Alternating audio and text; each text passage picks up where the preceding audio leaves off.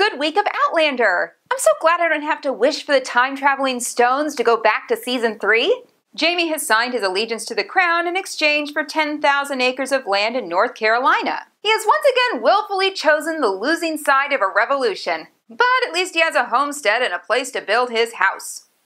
Of course, that land has other claims. The Native Americans, and eventually the United States government. It's just so odd to know that Claire and Jaime know the eventual end of all of this, and yet they go ahead with it. Carpe diem, I guess? Back in modern times, Roger is despondent and missing Bree, but he just happens to see a listing for a Fraser's Ridge in North Carolina, and he figures out that Jaime and Claire made it all the way back in time and they're together. He lets Brianna know and she is thrilled. They talk, but not for long, and she never calls back. Ouch! Marsalee is missing her mom during the end stages of her pregnancy, and this makes Claire miss Bree even more. At least Marsalee and her mom can send letters. Claire and Bree can't contact each other at all. But the decision has been made, and she goes to Fraser's Ridge with Jaime and Ian to start building their home. Pretty quickly, they have an intense moment with the Cherokee Indians. Claire thinks maybe it was a bad omen when the man came to her in a vision, but Jaime said that the mountain spoke to him and he knows it's right. Is it providential? Who knows? Jaime wants to make peace with the Native Americans and asks Myers for help.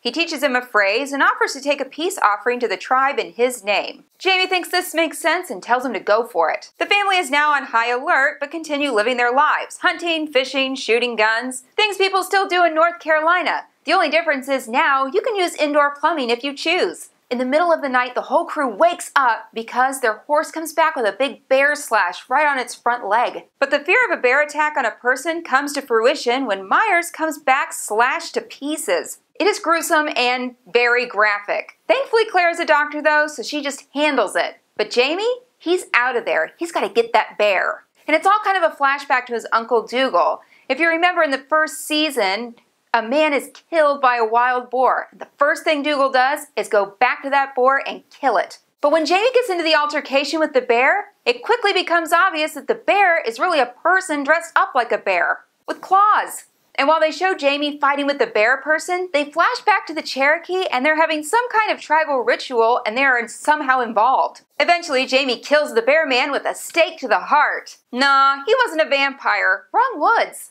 He takes the body back to the tribe to let them know what happened. They're happy that Jaime killed the guy because they had kicked him out of their tribe for raping his wife. They don't stand for that, and they're glad the guy is gone. And it does kind of form a peace between Jaime and the Cherokee. While they have peace there, Roger has no peace, because through further digging, he's found out that Claire and Jaime actually die in a fire at Fraser's Ridge. He wavers as to whether he should tell Brianna, but when he finally calls, she's gone. Her roommate tells him that she's already in Scotland visiting her parents. Yeah, she left 2 weeks ago and never told Roger. And that's how they leave us, with the perfect cliffhanger.